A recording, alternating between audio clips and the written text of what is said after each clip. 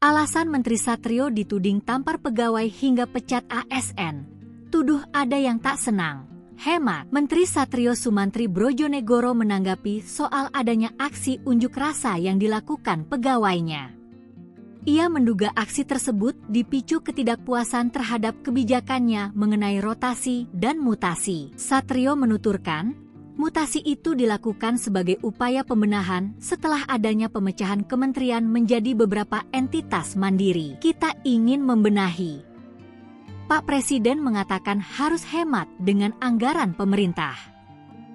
Ada mutasi cukup besar dan karena memang ada pihak-pihak yang tidak berkenan di mutasi, ungkap dia, Senin, dikutip dari tribunnews.com. Terpisah, Sekretaris Jenderal Kemendikti-Saintek, Togar M. Simatupang, membantah pihaknya memecat Neni Herlina secara sepihak.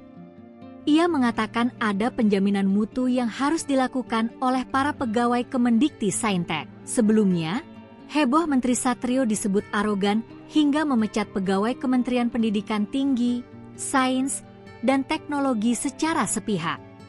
Seorang pegawai itu bernama Neni Herlina membeberkan duduk perkara dirinya dipecat Menteri Satrio. Menurut Neni, pemecatan terhadap dirinya diduga bermula karena ada permintaan dari istri Satrio mengenai meja kerja sang suami.